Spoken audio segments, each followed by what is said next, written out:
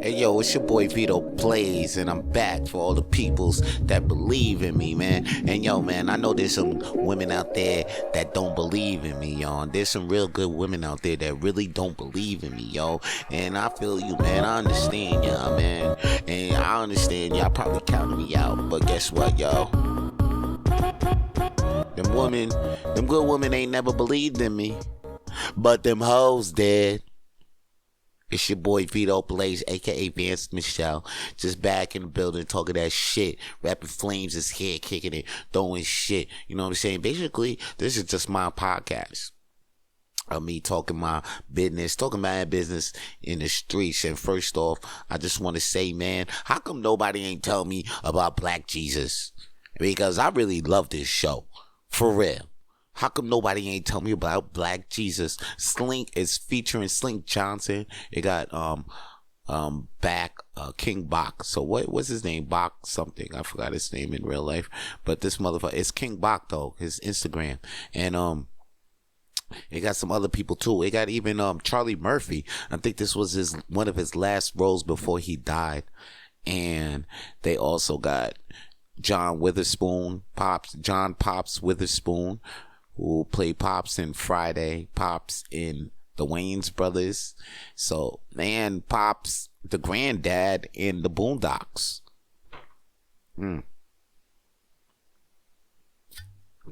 So, Pops was damn near everywhere, yo. Pardon me while I sip some wine, but yeah, man. Motherfucking Pops was damn near is a classic, iconic. John Witherspoon is an iconic. He had some classic roles, and then I see that his last motherfucking role on the goddamn streets in the goddamn role was one of his role was on Black Jesus, and this guy played Lloyd, and he's funny as hell as Lloyd, funny as hell. So yeah, man, I was amazed by his performance. Nah, I'm not amazed by his performance, but I'm just like, damn, Charlie Murphy's funny as fuck. And then whoever's playing Black Jesus, I just started noticing who this guy is, Slink Johnson, a tall dude. And I just like it was just about Jesus living in Compton, LA in the present time. And I'm like, damn, you know what? A lot of people will look at this be like, yo, this is blasphemy. But me, this was what I always thought Black Jesus was as I'm reading the Bible. Like, real talk. Every time when I've read the Bible, and you know what? I always think that Jesus was just a dude, because it was like he was rolling with the sinners.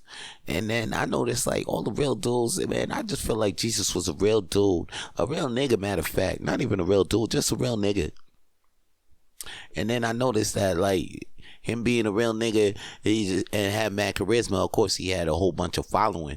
You know what I'm saying? You see how easy niggas get following on Tinder. So him just being a real nigga in real life, people just was cling to him. So of course he had like millions and shit. And he just I think like his vibe was good. Like, you know what I'm saying? Like, I don't think he actually turned water into wine. He was just around motherfuckers that you was just drinking water and it felt like wine because his vibe is so good. So motherfuckers would be like, yo, he turned the water into wine. Or, you know what I'm saying? Or, like, when he did the two bread and 2 fish miracle and shit, and that shit turned into more bread, into more fish. That's only because that the people didn't see how much like food he really had. Like, this motherfucker really had the food. Or like he had food, but then after that, like he had other motherfuckers with other people food, and they snuck in the food in the party. Like, they probably had it was probably like a coat check situation where Jesus like, oh, I come in with 2 breads, 2 loaves, two fish and 5 loaves. But this motherfucker really had a whole bunch. He just snuck in with the other disciples, but it made it look like it was him. You know what I mean? And then the white people took that story and they were like, oh, it was him. And now all of a sudden his 2 fish and 5 breads was out of nowhere. But yo, the rest of the food. He came in there with the other disciples. They had the rest of the food. But anyway, I think a lot of the shit that he did got misinterpreted. God took in his miracles. And then bam, they just made the story. And then of course they had to kill the snake because he was too real. So, Anyway, we got Black Jesus. Anyway, that's what I think. Fuck what I think.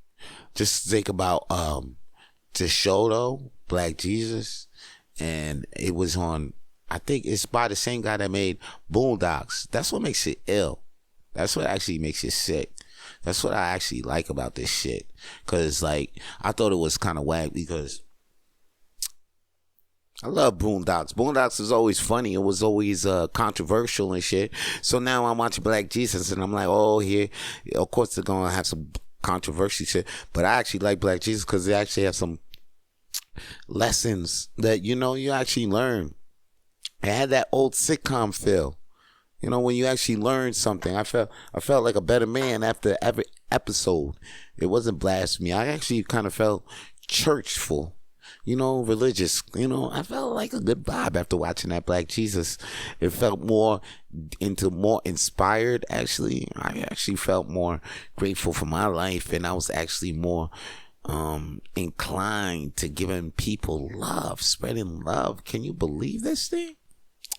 It's actually doing what I think is what you actually think it's not doing. So if there's any churches out there, any religions that's hating on Black Jesus or how it made I heard it kind of made it like controversy and stuff like that. Of course it did, because people ain't gonna understand this, but you gotta actually feel it. Like I watched this and it's not what you think. It's not. And if people think like, oh, Jesus being depicted in the wrong way, him smoking weed and everything, man. I think that's it. I think this is the best pickfulness of Jesus I've ever seen, and I'm gonna stand on that. You can keep doing your goddamn thing, Aaron McGruder, because that was a good show, and I like the fact that Corey Holcomb is in the show, and he's shining off of this show. This is great. It's a great show. I like this show. It's a really, really great show. Fucking great. Matter of fact, and here's something great I want to tell you about, okay? I'm a guy that goes to McDonald's. I go to McDonald's every time, damn near every week. Am I ashamed of that? No. People look at me like, oh, you need to stop eating McDonald's. No, I like McDonald's. And I think I think there's a bunch of fine cooks out there that actually go to McDonald's because they like the way the food tastes too. They don't got the hot, it's not fine class cuisine, but it's cuisine that helps the people. It's for the people. Me and my boy J-Ron will tell you that all day, okay? McDonald's is for the fucking people. It's not the best thing in the world. It's not. You eat that shit, you will shit the next morning. You know what I'm saying? There's many times that I'll shit the next morning. And then after that, I seen this new thing that they rolled out around my way, the chicken Big Mac. I looked at that. I was like, God damn, I know I'm gonna shit the next day. I know it's gonna go inside and out, but I can't. How can I not resist not trying the chicken Big Mac though? When I like the Big Mac, even though I looked at the chicken Big Mac and I was like, no. I look at that. That's like that can't exist. That's not supposed to exist. That's something that can't exist. When you looked at something and be like, why? Did they even try? Why are we even going there? Like you guys have chicken sandwiches already. Guys ran out of so many chicken sandwich ideas that wasn't clicking at McDonald's. I feel them. Popeyes is kicking their ass. Chick-fil-A is kicking their ass. And they always trying to come up with a chicken burger that comes out. McDonald's been trying for a minute. They got the McChicken, but that shit ass. And shit too ass. Like it ain't rocking. That's why Popeye Chicken is kicking their ass in the chicken field. So they've been trying. They've been doing McCrispy. Like right now they got the McCrispy, but they've been trying to McCrispy for years. They've been trying to come out with the crispy chicken sandwich. Now recently they think they did it again, but I just tried it. It's trash. Popeye's killing it. Chick-fil-A still killing them. Even other places, that's what's crazy. I go to even other places, and I'm like, yo, these chicken sandwiches is way better than McDonald's. And I don't even think they really trying. But McDonald's ain't even trying to have that chicken sandwich though. And then they're really not. They just like, yeah, fuck it. You know what? The Big Mac is unbeatable. Let's just make a chicken Big Mac. That's it. McDonald's just stopped trying. They stopped trying. I could tell they stopped trying because they came out with this chicken Big Mac they just rolled out that McCrispy earlier this year in Canada. It's been out in the States earlier this year in Canada. I don't think it's not doing well. They got other chicken sandwiches stores popping out the blue, and now Wingstop just rolled out with all these chicken sandwiches. So McDonald's ain't got nothing on the chicken. They just like, yo, fuck it, let's make the chicken Big Mac. Now I look at the chicken Big Mac and I'm like, really? They ain't even trying. But on top of that, I'm like, this is not, these ingredients, I don't even think go together that well. Like, you got chicken and cheese with the lettuce and you got okay, all that's supposed to go well. But I don't know. Some way, somehow, I have a feeling once it made it to a Big Mac, it's an abomination. That's what I feel like. So I just had to try this abomination anyway. Here's the deal. I liked it. I'm not gonna front. I fucking didn't like it. You know what they did?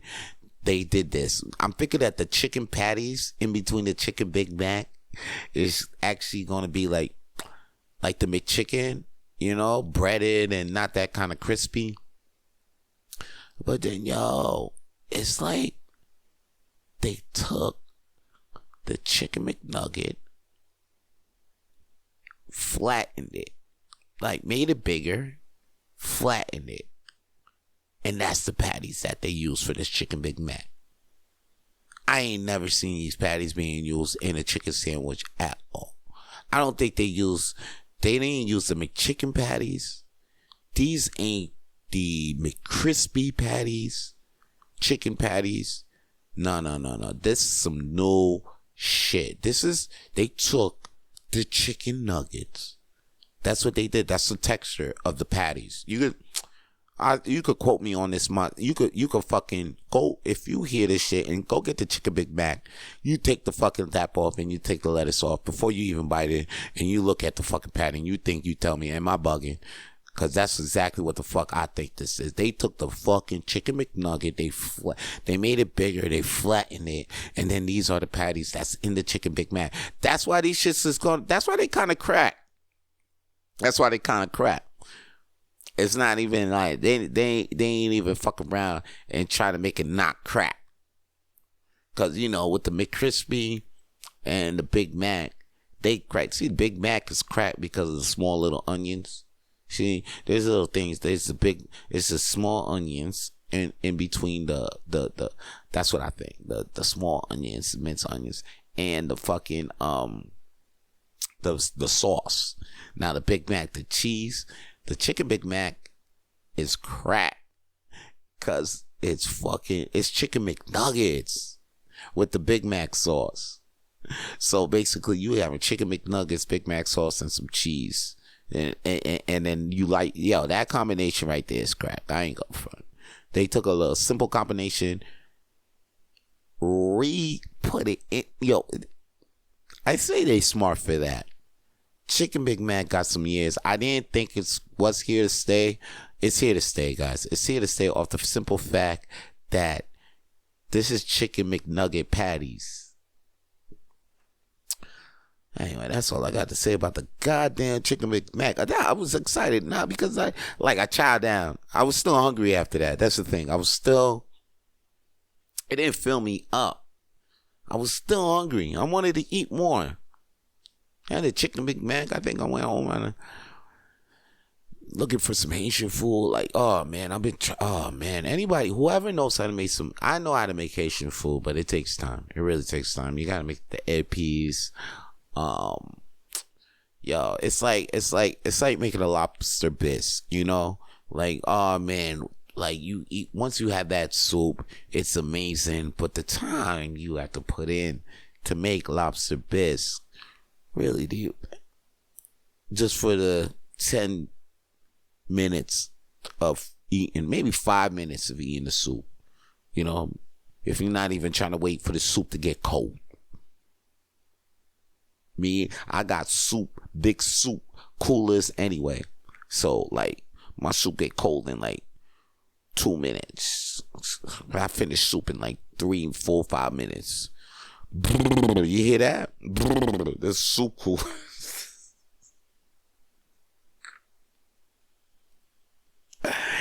Yo, I was drinking my soup. I was watching the other day. I was watching Chris Rock's special, Selective Outrage. Shout out to Chris Rock coming back, not being scared. He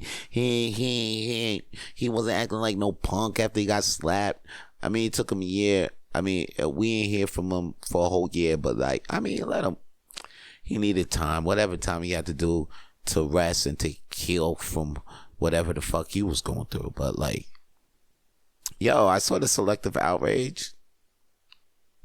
And I kind of liked it. It was, you know what, I think it was kind of hacky to me, I didn't think it was funny a little bit, but like, I did like the jokes he had about his daughter. I mean, got his daughter being, got trouble in school. And then now she's like, you know, goes to school in Paris. And you know what? I like the fact that what the jokes on Will Smith, that shit was funny as hell. Especially when he was like, he smacked me and does it hurt? Does it hurt? Hell yeah, it hurts, man. I got Summertime still ringing in my ears. That joke, I think that shit was hilarious, yo. And but anyway. The funny thing is when he comes out with Selective Outrage, and here's a Selective Outrage on Chris Rock.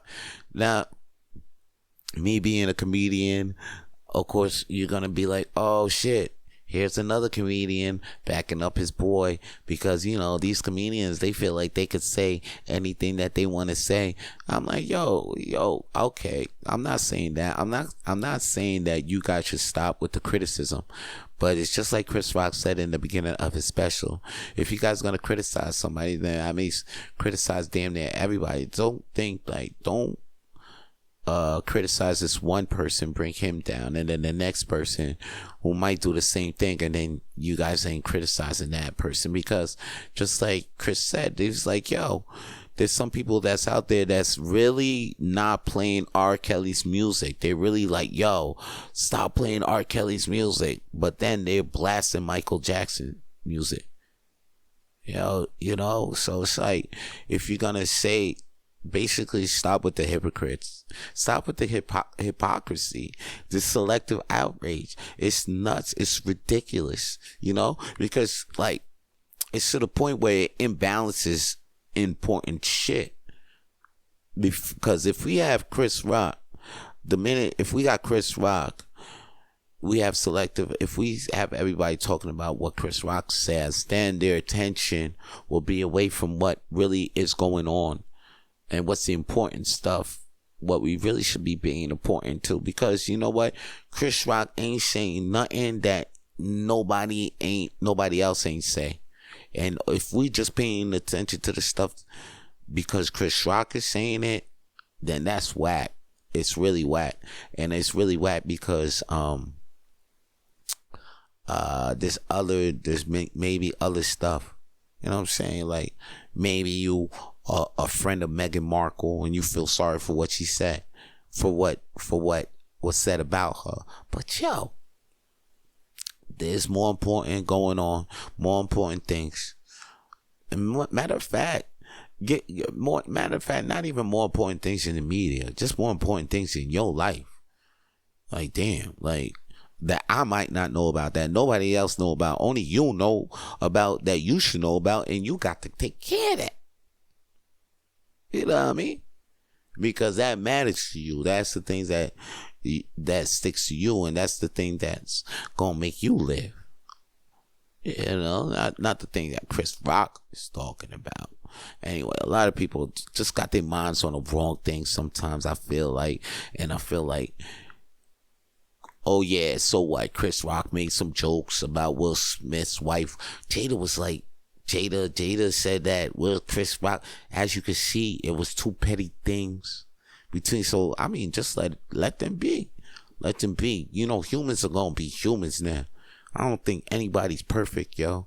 And I feel like there's too many damn judging. You know what? I think that's because of church. I grew up in church and being in religion. Now I step outside of that and I realize just how much people have judginess inside of them. Sometimes it's inside myself too. I catch myself too, because I be like, damn, I'm not perfect.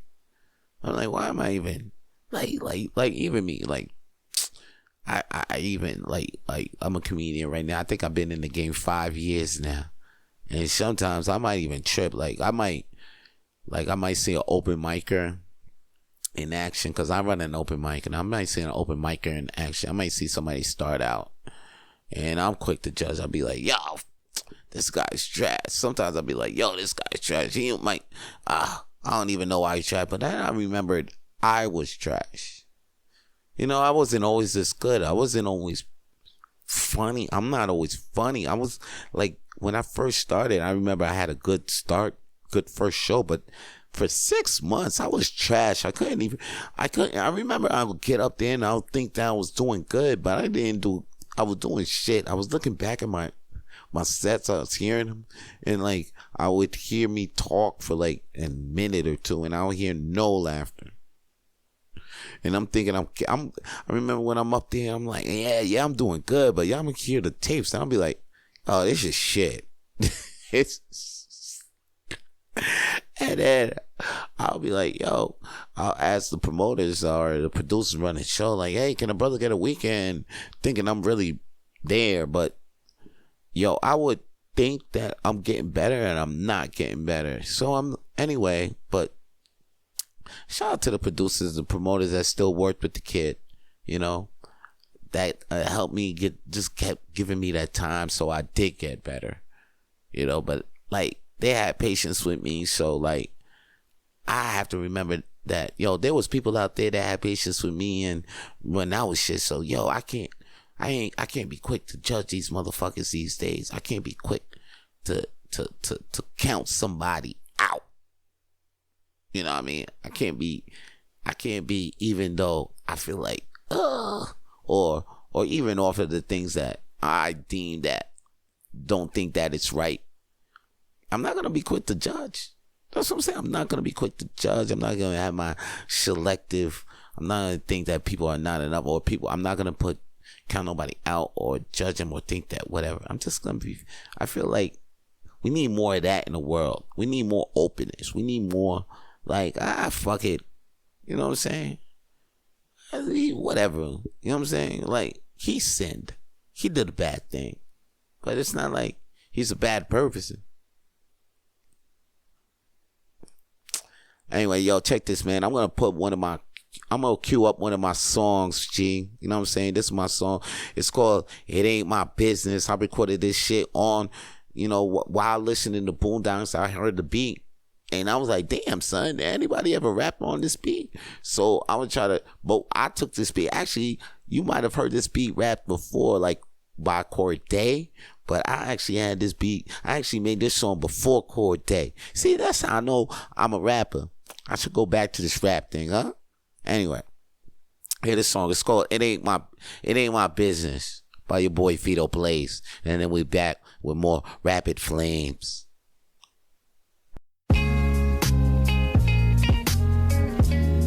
It's your boy Vito B. Just looking out at the sky, sitting on my porch, you know, just drinking some tea. Would you come around with me and sip this tea with me, girl? Hold up, let me talk to you for a minute. Sunshine appears through the dark. I see the light through my window. I connect with all walks of life. My mind crescendos. I'm unplugged from the matrix. Vito the one.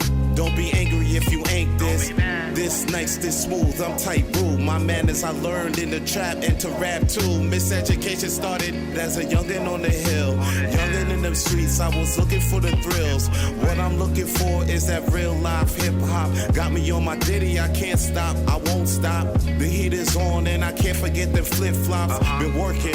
Now I'm on my way to the top. Don't even root for me. I don't expect it. God's favorite, so I know I'm not neglected. Check it. I'm in the crowd and I'm rooting for me. Knowing who's real and I know they looking for me.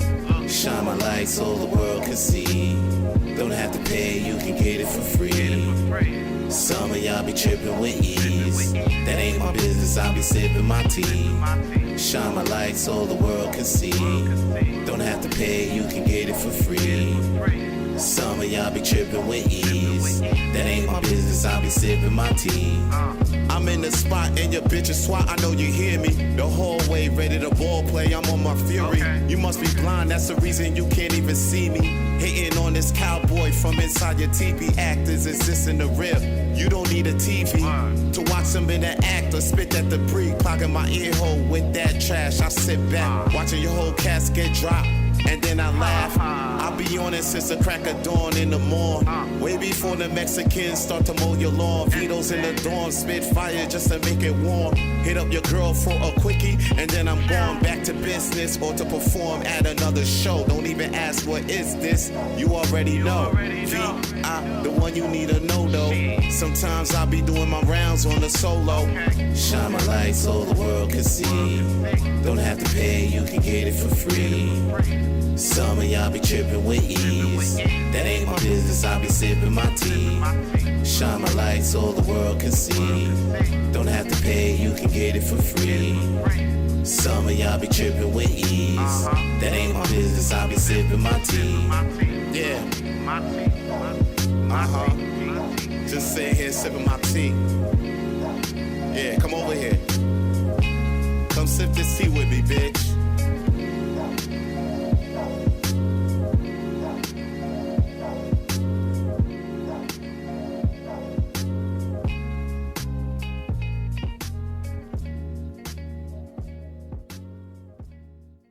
That ain't my business. I'll be sipping my tea.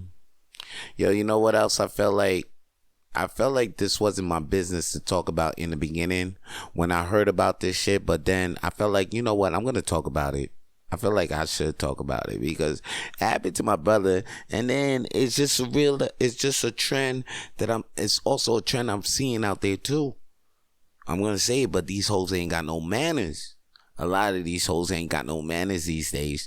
And that's what happened to my brother Vance. Man, I don't know the full story, but I'm going to speak on what I heard. And I seen a little bit of it. And the only reason why I don't know too much of it is because what happened was in French. And I don't got too much translation on everything. And once I do, I'll get back to you with more information if you in tune to the motherfucking story and how it impacts me. But right now, it got me thinking like, anyway, back to like I was saying, these hoes ain't got no manners because what basically the gist of what I heard is my boy Renzel Dasherton was on this podcast. It's like the Drink Champs in Montreal, but it's like in the French, it's in French version. It's called like L'Alcoolique Chronique. And it's like Drink Champs. You know, my boy Goofy shout out to my boy Goofy, well done. He was on this podcast. It's a good podcast. Goofy was on this podcast. J. Ron was on this podcast. Great podcast. And then, you know, now Renzel's on this podcast. And during this episode, I think there's another guest on there, a girl. And, you know, Instagram kind of, I don't know. I don't know too much about the girl. Don't want to say, but like, you know, I think she's like a local celebrity. Oh, she must be because she's on the podcast with Renzel. Anyway, during the podcast, Renzel must have said something that ticked her off, and she got up and started walking around. And then a couple of minutes came back and started hitting Renzel. in the head. I guess over what Renzel had said. But I don't think Renzel said anything that was too antagonizing towards a chick. And I know Renzel doesn't say antagonizing things. He might say some sarcastic things as part of his game. But it's like not enough for a chick to like, you know, like I said, like back to like I was saying, I felt like these hoes ain't got no manners. A lot of these hoes ain't got no manners, and my son was a victim of that. And now it got to a point where, like, you know, it happened, and like, you know, it probably discouraged. I feel like it kind of discouraged my boy a little bit, but like, he's a strong dude. He got right back to what he got to do. You know what I mean? It's not like it stopped his work. My brother's still out there doing his things. It didn't get him shook up. It just made him think like, you know, that, wow, he's surprised that it happened. And I'm surprised too that it happened, because like, we're on a podcast, you're drinking, and you don't even think that things like that can even happen, because you don't even pull up with security. It's just a normal gig for us, and we're at a normal spot. So of course we don't pull up with security, or we don't think that there's gonna be a threat at this place, because we're doing everything for entertainment. Don't nobody want to rob us, or ain't nothing janky going on around here. Everybody just want to have a good time or just make people laugh. But next thing you know, that happened. So it's like, yeah, like out of the blue too. So it's like, of course that shit's gonna shock the fuck out of somebody that's in that situation, or entertainer in that situation, comedian, podcast, or whatever. And then now I'm here, and I'm thinking about after that, and then after seeing Chris Rock getting slapped by Will Smith, and you know, you hear comedians getting attacked on stage. You hear Chappelle got speared like Goldberg by this other motherfucker. By the way, that motherfucker's in jail for like up to 2 years. Chappelle got his ass. I mean, like, but like, now it's like you thinking like, and then recently I even heard like one of my peers, you know, got approached by someone in the crowd because he was saying a joke, very offensive thing, but he got offended by the joke. Next thing you know, the guy was up on the stage ready to, you know, fist the cuffs with the comedian. Like, where we at right now? I mean, maybe this is something that it's because, you know, Instagram and the social media, we could see more of it. But it's like, man, do we need to start having more security like musicians? Because musicians already know. As soon as they go to another show, wherever they go, and it doesn't even have to be like, you know, a lot of musicians, you know, they roll with their posse, and they roll with at least one or two dudes. So it's like, comedians, we just gotta start ganging up. I feel like we just started ganging up. I feel like that is the deal too, you know. Like, I rep comedy gang, you know, where we believe like all comedians should just be like in one gang, like a union, so like no promoters can fuck with us. It's a dream. It's gonna come true. Anyway, but like right now it's a thing though. It's gang.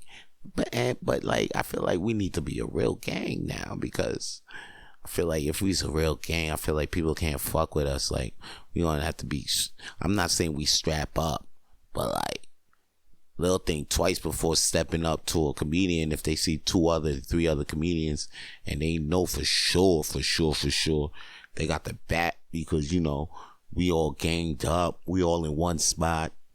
You know what I'm saying? Ain't nobody gonna be like, oh snap, you know what I mean? I ain't even gonna roll up on that comedian, because that's gang. Like, they see the dude wearing red, and then we all red it up. They gonna be like, oh snap, if we touch him, they gonna, you know what I'm saying?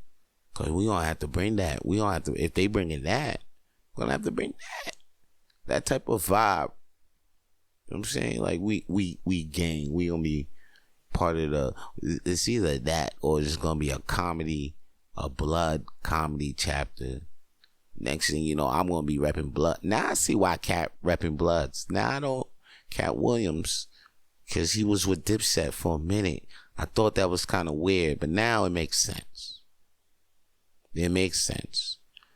Shout out to Cat Williams. Hope he's still down with Dipset. I'm saying. But that's crazy what happened to Renzel and Renzel Dasherton. You know what I'm saying? My heart goes out to homie. He stays strong. That's my big bro right there. You know what I mean? And like I say we just be more aware. We just need to be more aware of, I'm not going to say what he said. He needs to be sorry for what he said. Okay, I'm not going to say that. I'm just going to say we just need to be aware of when we say things, what can happen. Let's not say things and nonchalantly think that nobody ain't going to punch us in the face these days, because it looks like people are taking shit real serious these days. I'll just be like, cool. We say jokes. We are the people that you should take things less serious from. But people be thinking that we're serious when we're in it to not be serious. Like, we say things to not be serious. That's why, like, we say wild shit, but we're not serious. At the end of the day, we're not serious. That's why we joke about our lives like this, because we're not serious. We'll joke about real shit because we're not serious about what we say. I mean, it may be some serious things, but we're not serious about it. You know, yeah, we touch on some serious subjects, but what we say in content is not serious. You gotta say, you understand? You gotta understand. That's what joking is. That's what the fuck comedy's been all these goddamn years. And people are thinking it because now we got the Daily Show. I mean, it's crazy because I started seeing shit was crazy because once the Daily Show was watched more than actual news, that's when I was like, oh shit. Like, people are taking comedy too serious. It's supposed to just relieve you, just give you, we supposed to entertain you, but like, don't take it literal. We're not literal motherfuckers. Don't start making books about us, B. Don't do it. Don't take us serious. Matter of fact, you know who I ain't even take serious? I ain't take MJF serious at all. No joke. I ain't take MJF. I'm watching AEW wrestling. I haven't watched AEW wrestling in a minute. I'm watching AEW Revolution, the pay-per-view. I'm watching that shit. I think it was a good pay-per-view. But then the last match, MJF versus Daniel Bryanson, I'm like an hour. I'm like, these motherfuckers can't wrestle for it. Now, I know Daniel can, but MJF can't. Boy, was I wrong. That motherfucker, MJF is nice. I thought he was type like brash, arrogant. I couldn't dig him. But then I noticed, like, he's still interested. If I'm watching him talk, because I noticed him too. I noticed that about Triple H and Jericho. I'm like, yo, I don't like it when I hear these. Sometimes I'm like, yo, these guys sound boring. But then after that, when I notice them talk, I'm like, yo, you know what? People, Triple H and Chris Jericho's are actually one of the best talkers because people actually listen to them. Because, like, if you're a weak talker, and, like, they're going to drown you out or not even pay attention. But, like, we were so spoiled. That's why people will always love the Attitude Era, WCW Nitro, because they had good talkers. They had crazy amount of good talkers. Like, they fuck the wrestling. They had people that could really fucking talk their asses off and knew how to draw the crowd with their mouths and know how to do a good promo. But now you just got a whole bunch of athletic people that don't have charisma. Like, they have to inject charisma into these guys. Like, the last motherfucker with any type of charisma and draw, like, is John Cena. Like, and to this day, you put John Cena on the mic with anybody else, you can't out-talk John Cena because he's the student of that Attitude Era game. Like, you can't out-talk him. I think the only ones that could was probably Stone Cold, The Rock, and Triple H, and even Taker. You know what I'm saying? Because of those attitude errors. So, and Cena's the last of that breed right there. Ain't no John Cena. But then back to this AEW, I'm looking at MJF, and he has that. He has that on the mic, and he has that the athleticism. I'm like, goddamn, this boy could, and the technic wrestling thing. Because I'm like, if you watch, he was wrestling Daniel Bryan, and I'm like, oh shit, he's not even sloppy. Like, he's way more technical than John Cena, Roman, and yo, son, the boy went through an hour. So I'm like, oh Sam, he got some stamina, he got some cardio. I'm like, and he performed through that match. And I'm like, and he was talking hella shit through the match.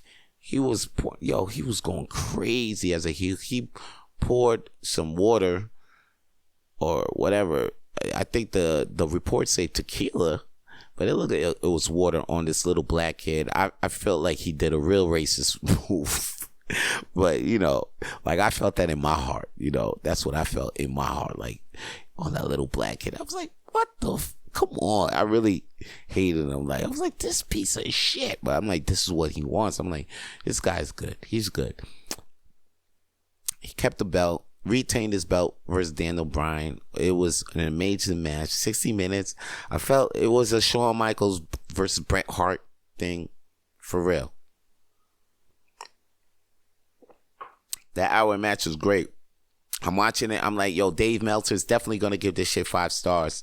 This motherfucker gave that shit 5 and 3.25 stars? Okay, Dave. Okay.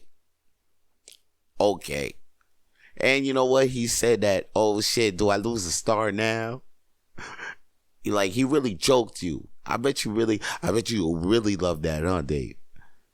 I'm not. I gotta stop fucking with Dave. I like Dave. Dave is good. He knows his matches.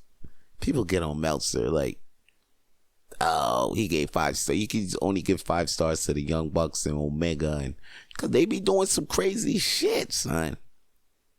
They be, you know what I mean? And the boy I feel like Meltzer's good on the ratings. And you know what? Another thing back on the wrestling, I'm gonna touch on the WWE.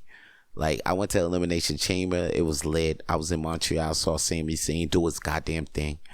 But he lost versus Roman Reigns. And the people were hyped. They were like, oh, shit.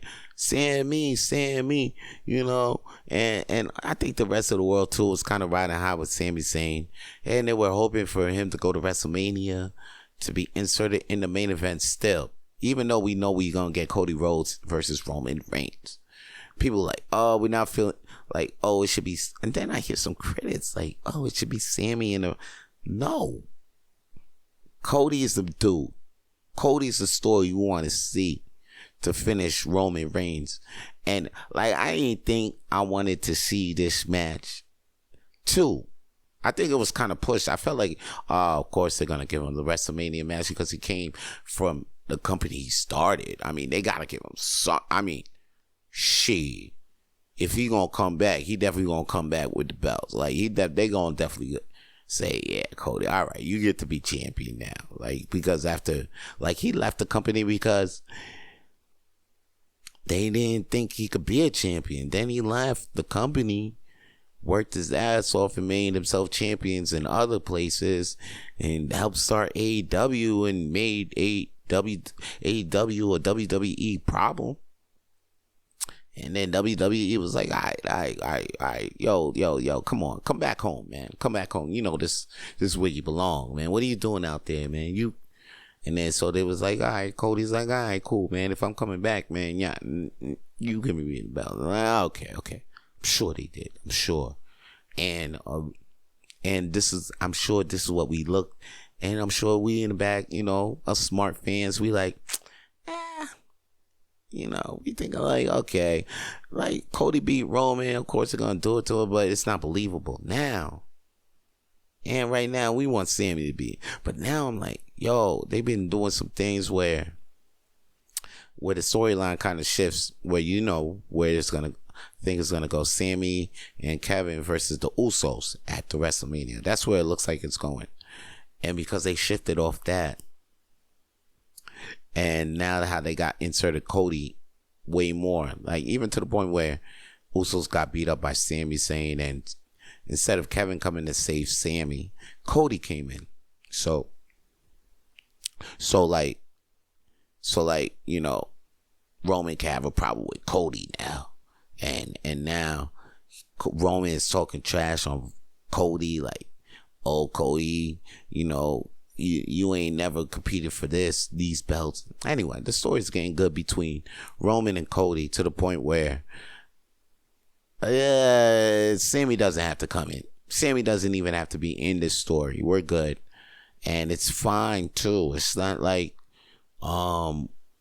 we expect more from Sami or nah, man. I feel like Sami could do this thing with Kevin and come back into the picture later.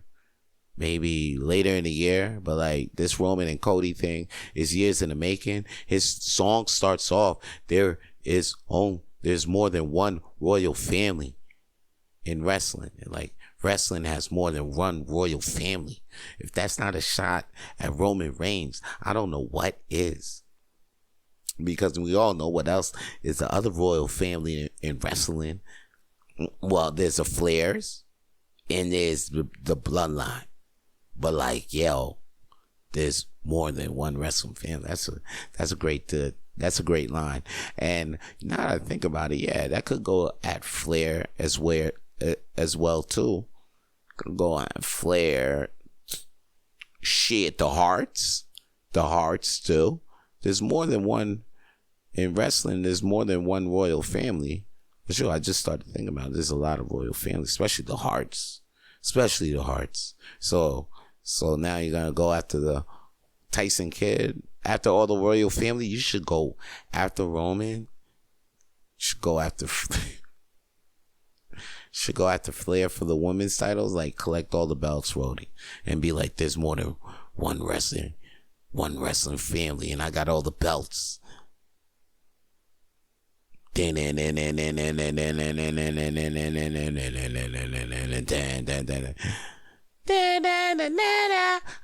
am Cody Rhodes. Okay. That's enough. Actually. That's enough for the Rapid Flames today, man. That's enough Rapid Flames that I got for you today, man. You guys do your goddamn thing out there. And if you love to see me, you like to hear me, come see me at Hurley's Irish Pub. I'm out there doing some comedies. It's stand-up comedy. And I'm host a show with my boy Zach Kick. It's at 8 p.m. And I'm there at 10:30 too, hosting a 10:30 mic. Like, it's like a raunchy mic. And we're there. I got some pro comics, amateur comics. Yeah, professional comics. Doing it, coming out, testing out their material, and they're doing their best material on a late night mic on a Monday night. Now you're thinking this mic is probably like, oh, what is a comedy show doing at an Irish pub on a Monday night? Guys, we having a blast on Monday night. Come check us out. We're on, where are we on, man? I know this fucking 1225 Rue Crescent. Okay? 1225 Rue Crescent Street. It is in English, in Anglais. Hey, yo, matter of fact, Francais. Hey, guys, I did my first French set this past week. Like, I did comedy in Francais. C'était bien. I had fun. I don't know how it sounds. I got to take a listen to it. But I had fun. So look out for your boy and doing some French comedy. Plus it pays more. I live in Quebec, so I do tour. But like when I can't tour, when I'm not touring and I'm here in Quebec, yeah, like do a good French. French is good for me. French is good, because people like to laugh in Francais and Anglais, and we got all types of English out here, You know, motherfucker like me, I should be out here learning all types of languages now. Now it just hit me. I should just learn languages and just start translating all the jokes. So I could just, like be, I could perform in Japanese weddings. Shoot, you could find me in Slovakian weddings too, or parties, Russian parties, saying Spanish parties. For real, catch me at a Cinco de Mayo. Yo, you can catch me, you know what I'm saying, just like at Christmas parties. Like, I need to learn African dialect too. Word. And then I could just get all that bread. Not word. The more languages you learn, the more money you get. That's true. Hey, yo, that's a topic that it's hard, but now I get it, yo. And I encourage you, man, you know what I'm saying? Expand your mind. Expand your goddamn vocabulary, all right? Go learn some words and then cha-ching. All right? Stay up, man. Matter of fact, stay lit. For more episodes of the Rapid Flames podcast, please subscribe to the Rapid Flames podcast on iTunes, Google, Spotify, and wherever podcasts are available now.